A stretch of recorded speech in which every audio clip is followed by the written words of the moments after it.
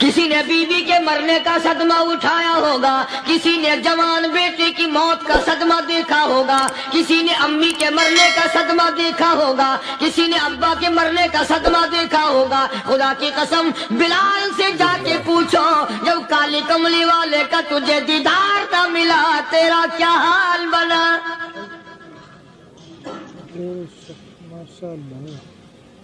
صحابہ اکرام نے وہ عشق نبھایا، کمال کر دیا۔ بڑے سے بڑی مصیبت آئی، اسلام کا سودا نہیں، ایمان کا سودا نہیں، دنیا کی طرف آئے ہی نہیں۔ کون ان حضرات کا مقابلہ کرے؟ السلام علیکم پیارے دوستو، آج ہم آپ سبھی کے لیے حضرت مولانا قاری حنیف ملتانی صاحب کا ایک بہت ہی پیارا بیان لے کر حاضر ہوئے ہیں۔ تو دوستو بہت ہی خوبصورت بیان ہے، یہ بیان آپ کی زندگی بدل دے گا۔ تو آئے دوستو چلتے ہیں اس بیان کی اور۔ ہر نبی آئے رخصت ہو گئے، ہر نبی آئے رخصت ہو گئے، دنیا نہ پائیدار جگہ ہے، عارضی زندگی، مستعار زندگی، نہ پائیدار زندگی، فانی زندگی ہر کوئی لے کے آتا ہے، جب جانے لگتا ہے تو پتہ بھی نہیں چلتا۔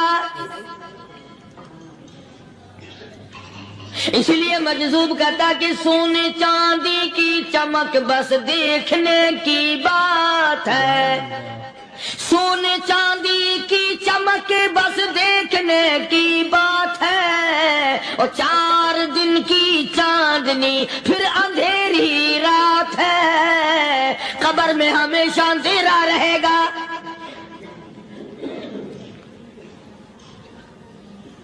صحابہ اکرام نے وہ صدمہ دیکھا، وہ پریشانی دیکھی، کائنات میں کسی نے نہیں دیکھی۔ کسی نے بیوی کے مرنے کا صدمہ اٹھایا ہوگا، کسی نے جوان بیٹے کی موت کا صدمہ دیکھا ہوگا، کسی نے امی کے مرنے کا صدمہ دیکھا ہوگا، کسی نے ابا کے مرنے کا صدمہ دیکھا ہوگا۔ خدا کی قسم بلال سے جا کے پوچھو، جب کالی کملی والے کا تجھے دیدار نہ ملا تیرا کیا حال بنا؟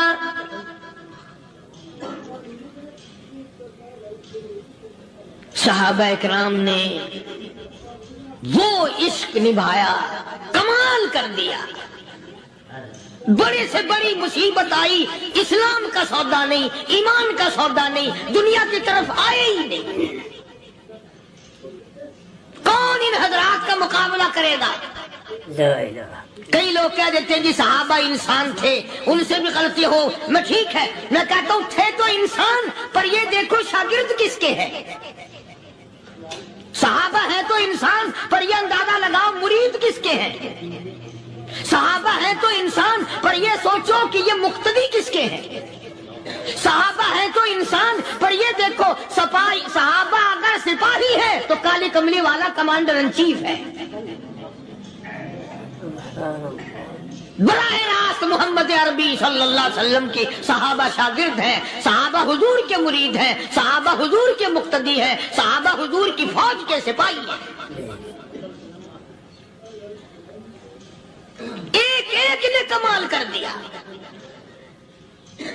جناب ابو بکر صدیق رضی اللہ تعالیٰ عنہ فرماتے ہیں میں اچانک محلے میں جا نکلا۔ ابو بکر کہتا میری یہ عادت تھی، شروع پہ جو اسلام آیا مکے میں، چودھری مارتے ہیں، رئیس مارتے ہیں، سردار مارتے ہیں، کمزوروں کو مارتے ہیں، جو کلمہ پڑھتا تھا پہاڑ ٹوٹ جاتے تھے، پیر پکڑ کر مکی کی گلیوں میں گھسیٹا جاتا تھا، چمڑا ادھر جاتا تھا۔ آج یہ بات کرنا بڑا آسان ہے، تبلیغی ساتھی سفر کرتے ہیں، تکلیف اٹھاتے ہیں، اگر جی جاؤ کافروں کو کلمہ سکھا کے آؤ، اور کلمہ تو تیرے پلے نہیں تو کافروں کو تو پھر پہنچائیں گے نا۔ 80 سال کی عمر ہے، کلمہ صحیح نہیں آتا، قبر بالکل سر پہ ہے، موت سر پہ ہے، قبر سامنے ہے، پھر بھی کلمہ نہیں آتا۔ اور میں تو کئی مرتبہ کہا کرتا ہوں کہ یہ بھی فکر کیا کرو کہ اس نبی کی ذات پر تم درود پاک پڑھتے ہو صلی اللہ علیہ وسلم، جس کی ذات پہ خود خدا درود بھیجتا ہے، فرشتے بھیجتے ہیں، ہزاروں بار مجھ کو عنبر سے منہ دھو کر کے اگر درود پڑھو تو ڈرنا چاہیے بے ادبی نہ ہو جائے، تو غلط ہو درود پڑھتا ہے نبی کی ذات پہ،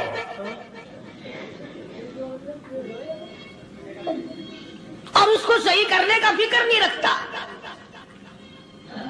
چنانچہ ابو بکر صدیق رضی اللہ تعالیٰ عنہ چکر لگاتے لگاتے ایک محلے میں جا نکلے، وہاں جا کے دیکھا ایک نوجوان ہے، غریب صحابی، نادار صحابی، مفلس صحابی، کافر کا غلام ہے، کالی کملی والے صلی اللہ علیہ وسلم کا کلمہ پڑھتا ہے، کافروں نے پکڑ کر گرم گرم ریت پہ اوندا کر کے لٹایا ہوا ہے، اور کئی کافر اس صحابی کی کمر پہ چڑھ کر لٹار رہے ہیں،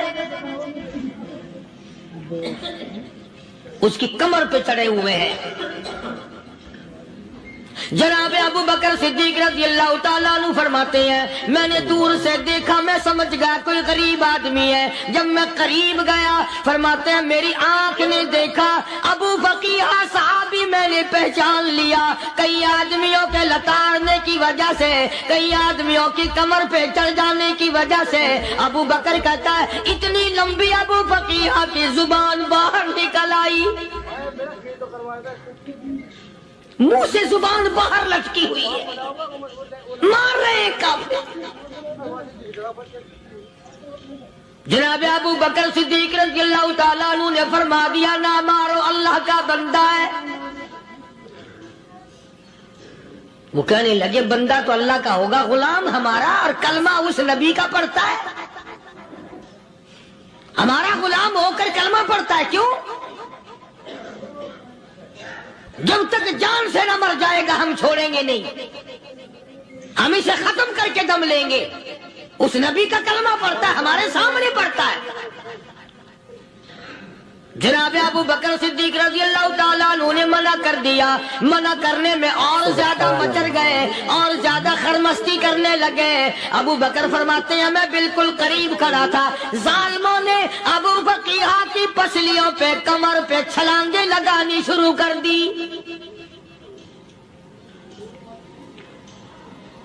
جناب صدیق اکبر رضی اللہ تعالیٰ عنہ فرماتے ہیں میں بالکل قریب کھڑا تھا، جب انہوں نے چھلانگیں لگائیں صحابی بے نوا اور مفلس غریب صحابی کی کمر پہ، اچانک میرے کانوں میں کڑاک کڑاک کر کے پسلیاں ٹوٹنے کی آواز آنے لگی۔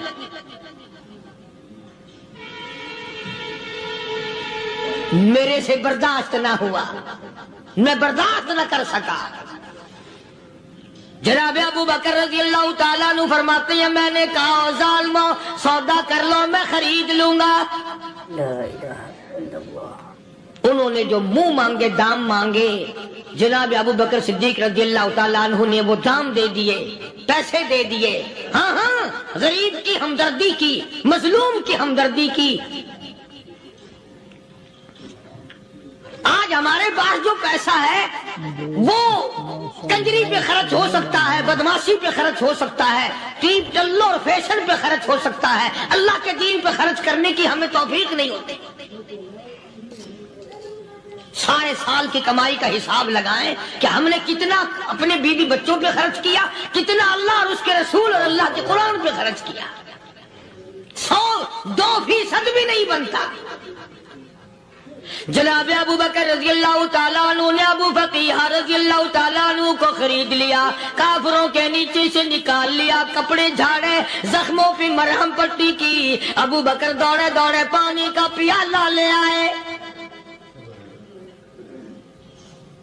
اور فرمانے لگے ابو فقیہ تجھے بڑی مار پڑی ہے، بڑی تکلیف پہنچی ہے، میں نے تیری زبان باہر لٹکی ہوئی دیکھی، نکلی ہوئی دیکھی، خشکی آ گئی ہوگی، زبان پہ کانٹے جم گئے ہوں گے، تھوڑا سا پانی پی لے۔ ابو فقیہ کہتا ابو بکر تیرے احسان کا بدلہ خدا دے گا، تیری مہربانیوں کا بدلہ خدا دے گا، میں نہیں دے سکتا، تو نے پیسے خرچ کر کے مجھے آزاد کرایا، میں تجھے دعا دے سکتا ہوں، میں غریب ہوں، میں نادار ہوں، میں مفلس ہوں، میں مسکین ہوں، اور ابو بکر تنگ نہ کر، میں پانی پی نہیں سکتا۔ کیا بات ہے،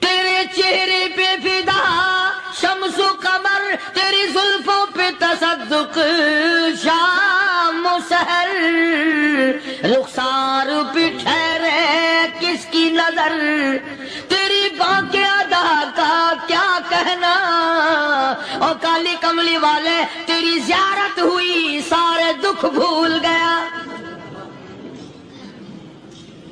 میرے سارے غم ٹل گئے، میرے سارے دکھ دور ہو گئے، میری ساری پریشانی دور ہو گئی، اور میں تو اب مزے میں ہوں۔ جناب ابو بکر صدیق رضی اللہ تعالیٰ عنہ نے مال خرچ کیا، صحابہ کرام کی جانیں بچائیں۔ قیامت کا دن ہوگا، ساری کائنات کی پیشی ہوگی، اللہ پاک پوچھے گا کہ دنیا میں کیا کرتا تھا؟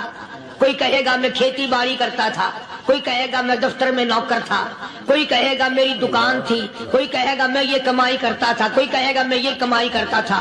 آئے گی باری ابو بکر کی، اللہ پاک پوچھے گا دنیا سے کیا لایا؟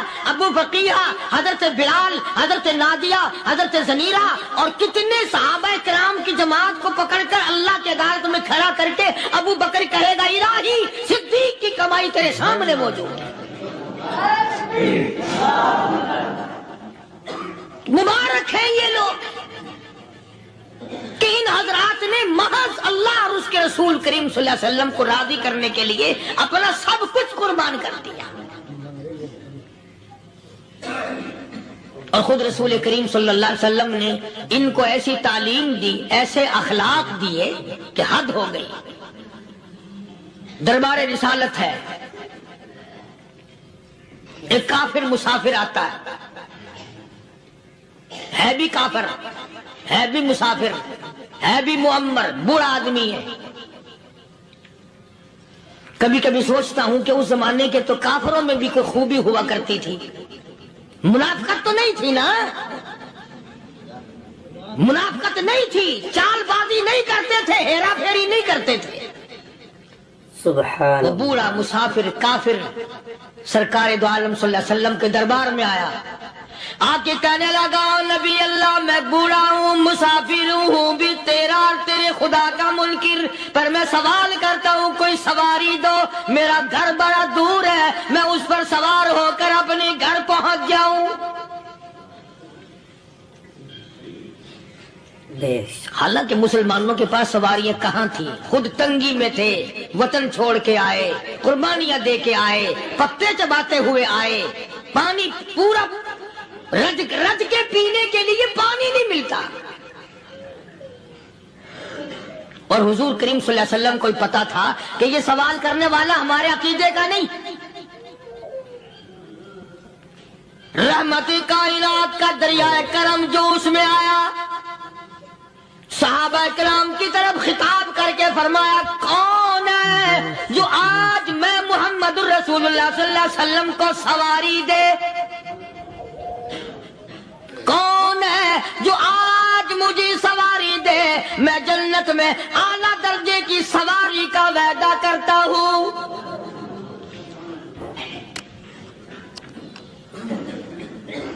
حضرت عبادہ بن ثابت رضی اللہ تعالیٰ عنہ صحابے اٹھے اور اپنی ڈاچی، اپنی اونٹنی حضور کے ہاتھ میں پکڑا دی، اور حضور نے اس مسافر کو دے دی کہ لے بھائی سواری تجھے مل گئی۔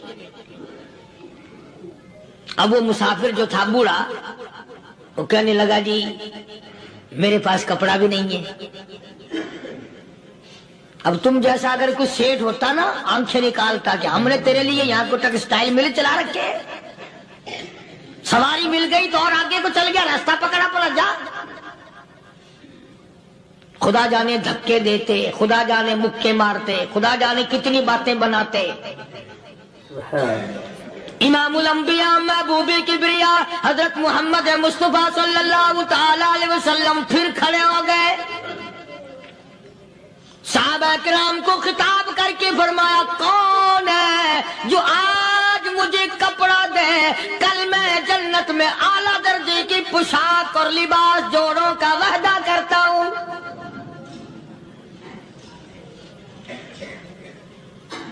ایک صحابی نے اپنا کپڑا اتار کر حضور کے ہاتھ میں دے دیا صلی اللہ علیہ وسلم. یعنی ان کو کتنا یقین ہے حضور کی زبان پہ. سودا جنت کا ہو رہا ہے، زبان ہے کالی کملی والے کی، سودا ہو رہا ہے جنت کا. اور آج تمہیں سارا قرآن سنا دو، اس سنانے والے کا بھی ڈھلا تھے، سننے والا مولوی کہتے رہتے ہیں یار کوئی بات نہیں، جنت کس نے دیکھی ہے. صحابہ کرام میں سے کسی نے کپڑا دے دیا، حضور کریم صلی اللہ علیہ وسلم نے کپڑا لیا اور اس مسافر کو دے دیا کہ لے بھی کپڑا بھی مل گیا. ہے بھی کافر، اپنے عقیدے کا نہیں، اپنے قبیلے کا نہیں، اپنے خاندان کا نہیں. اب وہ کہنے لگا کہ نبی اللہ مجھے بھوک بھی لگی ہے، میں نے روٹی بھی کھانی ہے. مدنی کریم صلی اللہ تعالی علیہ وسلم پھر کھڑے ہو گئے اور صحابہ کرام کو خطاب کر کے فرمایا کون ہے جو مجھے آج کھانا دے، روٹی دے، کل میں جنت میں اعلیٰ درجے کے کھانے کا وعدہ کرتا ہوں.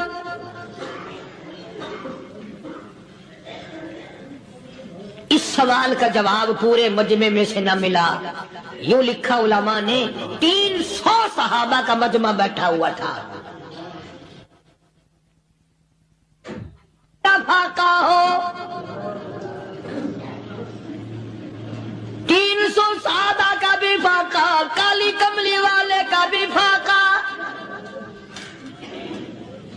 3 دن سے کچھ نہیں کھایا، کچھ نہیں ملا، کوئی جواب نہ ملا. صحابہ کرام کی جماعت خاموش رہ گئی.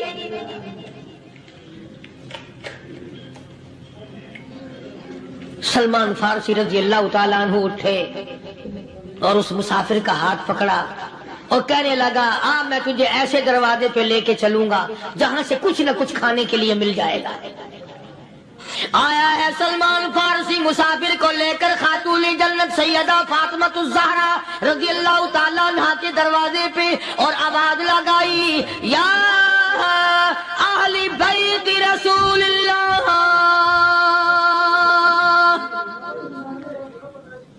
انطعموا فی سبیل اللہ.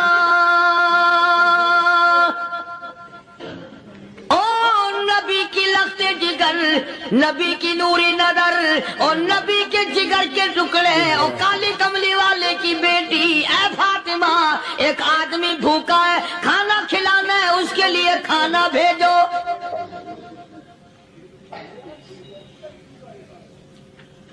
اندر سے آواز آتی ہے اور رونے کیسی آواز میں جواب ملا.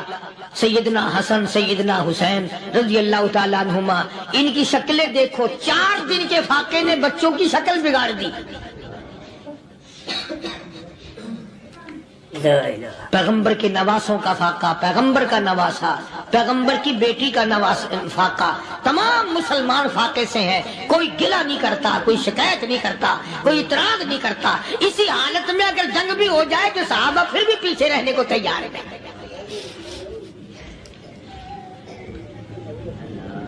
جب اندر سے یہ جواب ملا کہ تمہارا تو 3 دن کا فاقہ ہے، فاطمہ کہتی ہے میرا اور میرے بچوں کا 4 دن کا فاقہ ہے.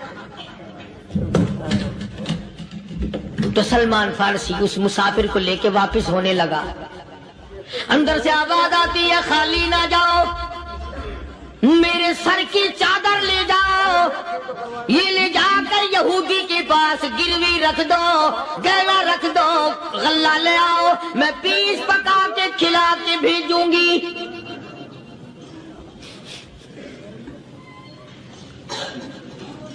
کہاں آج ایسے سخی عورت ہیں، کہاں ایسے سخی مرد ہیں.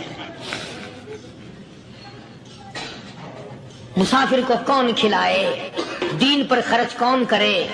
کسی طالب علموں کو، عام میں سے اکثریت ایسے لوگوں کی ہے جنہوں نے ساری عمر میں، سارے سال میں کبھی ایک قرآن پڑھنے والے طالب علم کو روٹی نہیں کھلائی. اور پھر یہ کبھی نہیں سوچا کہ میں آخر کما رہا ہوں تو کیا کر رہا ہوں. بس شیطان یوں کہہ دیتا ہے یہ تو بڑے بڑے امیروں کا کام ہے، تو غریب آدمی ہے، تیرے بس کا یہ کہاں کام ہے. یہ تو بڑے بڑے امیروں کا کام ہے طالب علموں کو، مسافروں کو کھانا کھلانا. کل قیامت میں اگر اللہ نے یہ فرما دیا کہ جنت تو میں نے امیروں کے لیے بنائی ہے، تو مزدور ہے، بھاگ یہاں سے، پھر کیا بنے گا؟ مولانا مظفر حسین صاحب کاندھلی سب کہہ دو رحمت اللہ علیہ، بہت بڑے بزرگ گزرے ہیں، ہمارے اکابر میں سے ہیں۔ کاندھلا ایک قصبہ ہے جس نے بڑے بڑے ولی پیدا کیے ہیں۔ مولانا مظفر حسین صاحب کاندھلی، مولانا الہی بخش صاحب کاندھلی، مولانا محمد زکریا صاحب شیخ الحدیث رحمت اللہ علیہ کاندھلے کے، مولانا محمد الیاس صاحب دیلوی رحمت اللہ علیہ امیر تبلیغی جماعت کے ایجاد کرنے والے، شروع فرمانے والے، یہ بھی کاندھلے کے ہیں۔ تو یہ سارے بزرگ اس قصبہ کاندھلے کے ہیں۔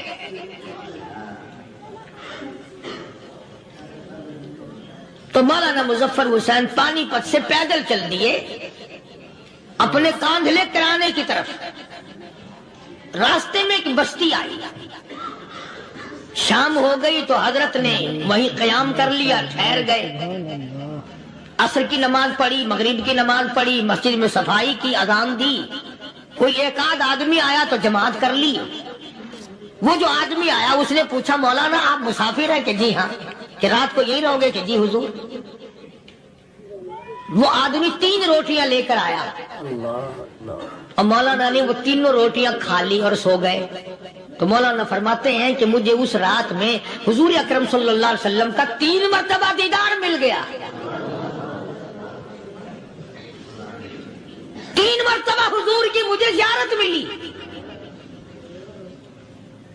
مولانا فرماتے ہیں میں تو اگلے دن بھی وہاں ٹھہر گیا کہ یہ جگہ چھوڑنے کی ہے، جہاں اتنی بڑی دولت ملے یہاں تو ساری عمر پڑا رہے آدمی۔ تو حضرت فرماتے ہیں کہ اگلے دن وہی مسافر، مولانا مسافر ہیں، وہی آدمی ہے، 2 روٹیاں لے کر آیا اور مولانا فرماتے ہیں میں نے 2 روٹیاں کھا لی تو اس رات کو مجھے 2 مرتبہ حضور صلی اللہ علیہ وسلم کا دیدار ملا۔ میں تیسرے دن بھی وہی ٹھہر گیا۔ تیسرے دن شام کو وہی آدمی 1 روٹی لے کر آیا اور میں نے وہ روٹی کھا لی تو اس رات کو حضور کریم صلی اللہ علیہ وسلم کی 1 مرتبہ زیارت ہوئی، 1 مرتبہ دیدار ملا۔ تو مولانا فرماتے ہیں میری سمجھ میں یہ بات بیٹھ گئی کہ یہ نہ تو جگہ کی برکت نہ بستی کی برکت، یہ تو اس کی روٹیوں کی برکت ہے۔ 3 کھائی تو 3 مرتبہ دیدار ہوا، 2 کھائی تو 2 مرتبہ دیدار ہوا، 1 کھائی تو 1 مرتبہ، یہ تو اس کی روٹی کی کرامت ہے۔ تو وہی آدمی جو روٹی لانے والا تھا وہ کہنے لگا مولانا کل آپ تشریف لے جائیں، یہاں نہ ٹھہرنا۔ تو حضرت فرماتے ہیں میں نے کہا کیوں بھائی، مجھے تو ایسی دولت مل رہی ہے میں یہیں پڑا رہا ہوں۔ وہ کہنے لگا اللہ والے آپ کو پتہ نہیں، پرسوں میں مزدوری کر کے اتنا ہی آٹا لایا تھا کہ 3 روٹیاں بنی، اتنا ہی آٹا بنا تھا، 3 روٹیاں بنی، میں اپنے نام کی روٹی اٹھا کے چل دیا۔ میری بیوی نے پوچھا کہاں؟ میں نے بتایا مسجد میں ایک اللہ والا مسافر ہے۔ وہ کہنے لگی میں بھی فاقہ کر لوں گی، میرے نام کی روٹی بھی اس مسافر کے لیے لے جا۔ کہتا ہے میں نے دونوں اٹھا لی، تیسری روٹی ایک بچہ ہمارا اس کے لیے چھوڑ دی۔ وہ بچہ کہنے لگا اچھا ماں باپ جنت میں جائیں، بیٹا کدھر رہے گا؟ میں بھی فاقہ کروں گا، میرے نام کی بھی لے جا۔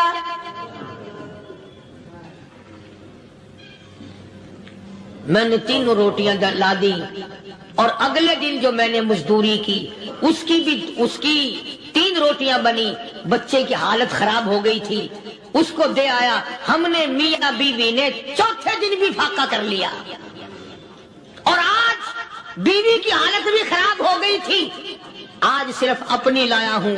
مولانا اس لیے عرض کر دیا کبھی کل میرا پیر نہ پھسل جائے، ایسا نہ ہو میرا قدم ڈگمگا جائے، ایسا نہ ہو بھوک کا مارا میں کچھ اور کر بیٹھوں، اس لیے عرض کر دیا کل آپ تشریف لے جائیں۔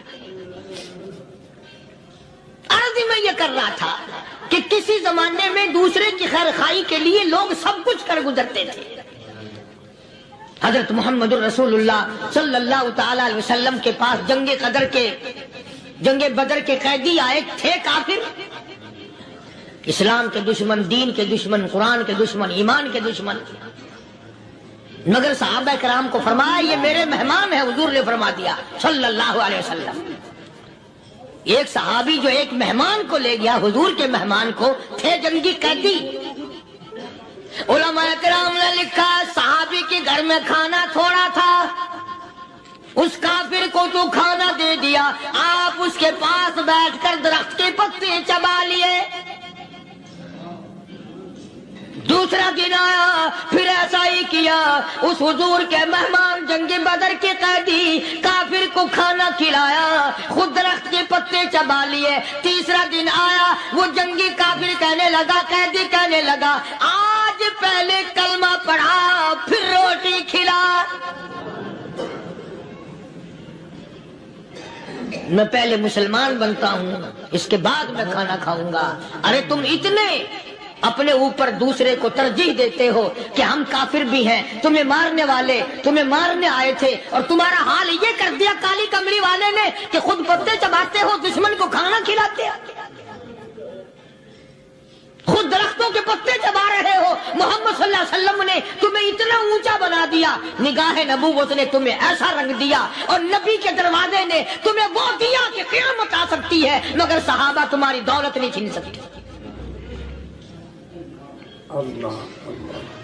تو فاطمہ الزہرا رضی اللہ تعالی عنہا نے سر کی چادر اتار کر دے دی سلمان فارسی کو کہ یہ لے جا، یہودی کے پاس جا کے گروی رکھ دے، دانا غلہ لے آ، میں پیس پکا کے کھلا کے بھیجوں. سلمان فارسی کہتے ہیں رضی اللہ تعالی عنہ کہ ہم چادر لے کر کے یہودی کے پاس گئے اور یہودی کو سارا قصہ بتایا. اس یہودی نے چادر لے کر رکھ لی اور غلہ تولنے لگا دینے کے لیے، تو رو رہا تھا. ہم نے پوچھا تجھے کیا ہوا، تو کیوں رویا؟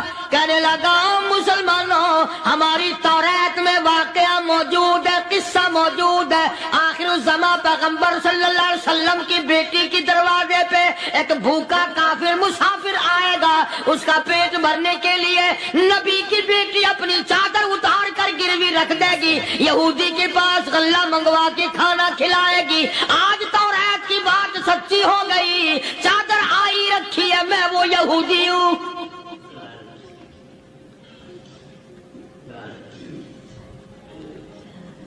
اور غلہ تول کر دے دیا. سلمان فارسی کہتے ہیں یہودی میری ساتھ ساتھ چل دیا. خاتون جنت سیدہ فاطمہ الزہرا رضی اللہ تعالی عنہا کے دروازے پہ آیا، اور جب ہم نے غلہ دے دیا، چادر بھی اندر یہودی نے پہنچا دی کہ میں چادر بھی واپس دینے آیا ہوں. اور سلمان کو کہنے لگا اب دیر نہ لگا، دیر نہ کر. کیوں؟ میری توریت نے تصدیق کر دی کہ یہ نبی برحق ہے. اب ایسا نہ ہو میرا دم نکل جائے، میں کفر پہ مر جاؤں. جلدی کر، مجھے سرکار کے دربار میں لے چل، میں مسلمان بنتا ہوں. اور اسی کو جا کے کہنے لگا تیری صورت، تیری سیرت، تیرا نقشہ، تیرا جلوہ، تیری صورت، تیری سیرت، تیرا نقشہ، تیرا جلوہ، تبسم گفتگو بندہ نوازی خندہ پیشانی. او کالی کملی والے میرا دل ہو، تیرا گھر ہو، تیرا در ہو، میرا سر ہو. تمنا مختصر سی ہے مگر تمہید گولانی. یہودی نے ضد نہیں کی. آج کا مسلمان کہلانے والا ضد کرتا ہے، ضد میں مارا جاتا ہے. ہم یوں ہیں، یہ یوں ہے. وہ یہودی اچھا نکلا، ذرا سی بات اس کے سامنے آئی فوراً سمجھ گیا، سرکار کے دربار میں جا کر غلامی قبول کر لی. بے شمار صحابہ کرام ہیں جنہوں نے اللہ کی راہ میں وہ دکھ اٹھائے، وہ پریشانیاں جھیلی. اللہ غنی مکہ مکرمہ میں سیدنا ابو جندل رضی اللہ تعالی عنہ صحابی ہے، ایمان قبول کر لیا، کلمہ پڑھ بیٹھا. بس کافروں کے لیے مشغلہ بن گیا، تماشا بن گیا، روزانہ مارتے ہیں۔ اندازہ لگاؤ مسلمانوں، ملتان کے رہنے والوں، سارا مکہ مارنے والا ایک ابو جندل مار کھانے والا۔ لڑکے مارتے ہیں، جوان مارتے ہیں، بوڑھے مارتے ہیں، پیر پکڑ کر مکے کی گلیوں میں گھسیٹے گھسیٹے پھرتے ہیں۔ رحمت کائنات حضرت محمد رسول اللہ صلی اللہ تعالی علیہ وسلم عمرے کے لیے تشریف لائے ہیں، کفار مکہ نے روک دیے۔ حدیبیہ میں مکے سے 6 میل پر حضور صلی اللہ علیہ وسلم تشریف فرما ہے، صحابہ کرام کی فوج ہے، لشکر ہے، سرکار دو عالم ہے صلی اللہ علیہ وسلم۔ ذرا توجہ کرنا، کلیجے پہ ہاتھ رکھ کے ابو جندل کے پیروں میں بیڑیاں ڈال رکھی ہیں، چلا نہ جائے، مدینے نہ بھاگ جائے، کھسک نہ جائے، نکل نہ جائے۔ ابو جندل یہ آس لگا کر، یہ آرزو لگا کر مدینے کی طرف چلا جاؤں گا، مسلمان قریب آئے ہوئے میں شامل ہو جاؤں گا، میں بھی آزادی سے نماز پڑھوں گا، کالی کملی والے کا دیدار کیا کروں گا، میرے مصیبتوں کے دن ختم ہو جائیں گے، میری تکلیف کے دن ختم ہو جائیں گے، میری مصیبتیں ٹل جائیں گی۔ گرتا پڑتا پہاڑوں کے اوپر سے چڑھتا اترتا بڑی مشکل سے حضور کے دربار میں پہنچا۔ خدائی فیصلہ سنو، اللہ کے قرآن کا فیصلہ سنو، اللہ کے کلام کا فیصلہ سنو۔ جس کا کان میرا کلام سننے کے لیے تیار نہیں، جس کو میرا قرآن سن کے مزہ نہیں آتا، جس کو میرا کلام سن کے حلاوت نہیں آتی، جس کو میرا کلام سن کے لذت نہیں آتی، جس کی روح تازی نہیں ہوتی، جس کو لطف نہیں آتا، جس کو کیف نہیں آتا، جس کو سرور نہیں آتا، جو میرا قرآن سننے کو تیار نہیں، جو میرا قرآن آنکھوں سے دیکھنے کو تیار نہیں، جو میرا قرآن سننے سمجھنے کے لیے تیار نہیں، آؤ پھر خدائی فیصلہ سنو۔ فرمایا اولئک کالانعام،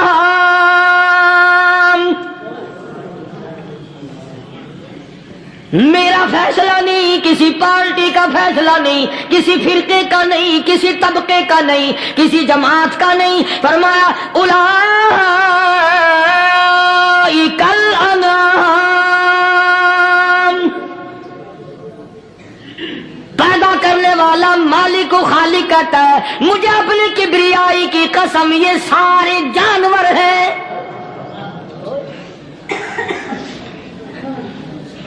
یہ سارے کے سارے جانور ہیں، یہ درندے ہیں جو ایک دوسرے کو چیر پاڑ کر کھاتے ہیں، یہ درندے ہیں جو ایک دوسرے کا خون پیتے ہیں۔ فرمایا بل ہم اضل، جانوروں سے بھی بدتر۔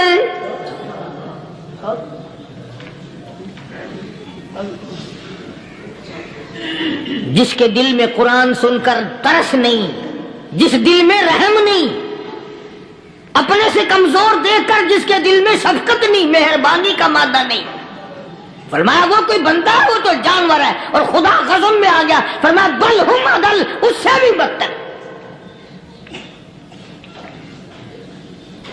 اللہ والے جو ہیں وہ ان خصلتوں کو دور کراتے ہیں، اور وہ آدمی کے مزاج اور دل میں سے ایسی چیزیں نکالتے ہیں جو اس کی بربادی کا ذریعہ بنتا ہے۔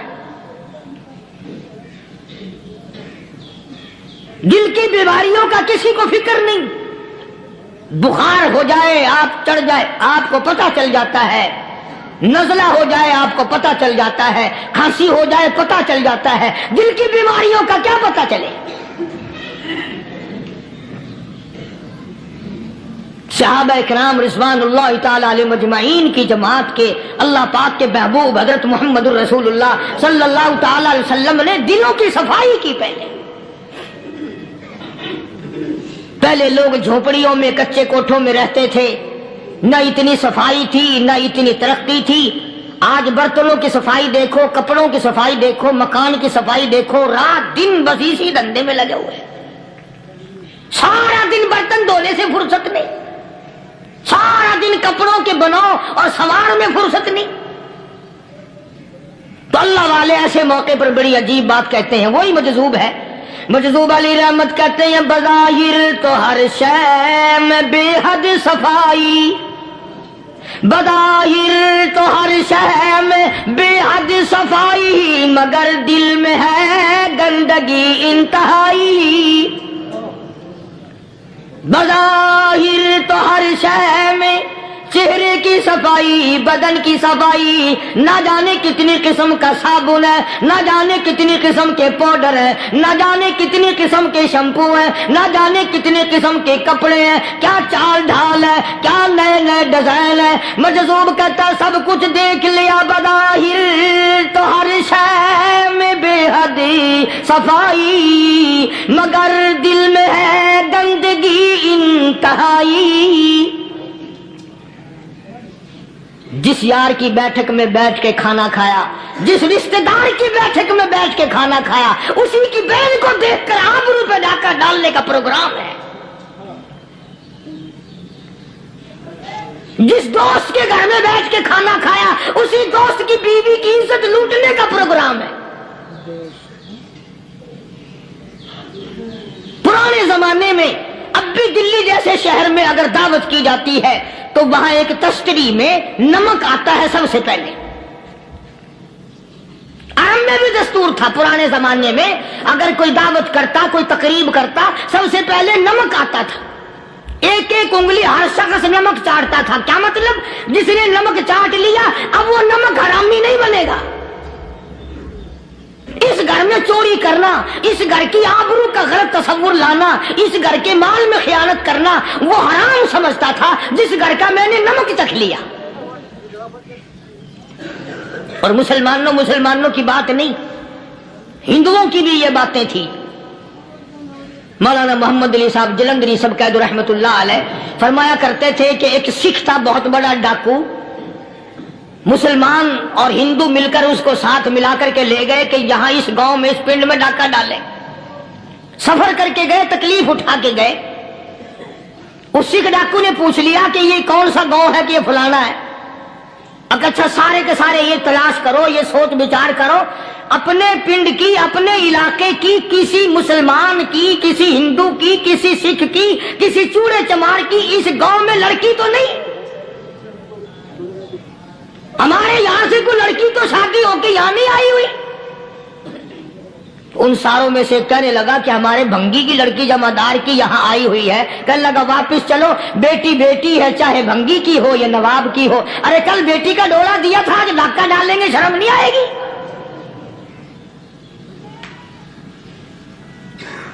آج وہ تصور کہاں چلے گئے؟ اور ہم سب روتے پھرتے ہیں سکون نہیں، سکون نہیں، اطمینان نہیں۔ ارے اطمینان آئے گا کیسے؟ ہمارے دل بے ایمان ہے، نیتیں خراب ہے، آئے گا کہاں سے؟ صحابہ کرام رضوان اللہ تعالی علیہ مجمعین کی جماعت نے اس قدر اس بات پہ محنت کی اور کوشش کی کہ غلط لقمہ بھی پیٹ کے اندر نہ چلا جائے۔ چنانچہ میں اعلان کہتا ہوں 1,29,000 صحابہ کرام، کالی کملی والے کے دیوانے اور پروانے، حضور کے یار جانثار، حضور کے ساتھ فاقہ کھانے والے، فاقوں مرنے والے، پتھر کھانے والے، اپنے بچوں کے ٹکڑے ہوتے ہوئے دیکھ کر لا الہ الا اللہ محمد الرسول اللہ کی صدا بلند کرنے والے صحابہ کرام کا یہ حال تھا۔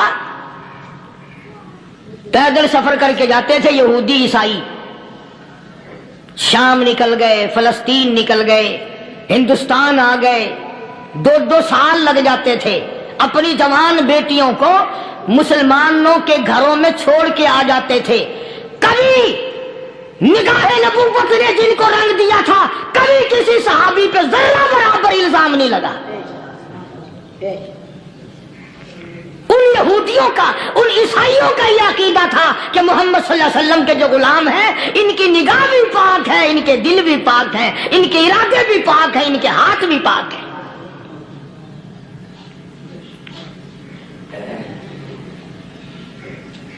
مصر کے گورنر نے، مصر کے جنرل کرنل نے خط لکھا سیدنا فاروق اعظم رضی اللہ تعالی عنہ کی خدمت میں۔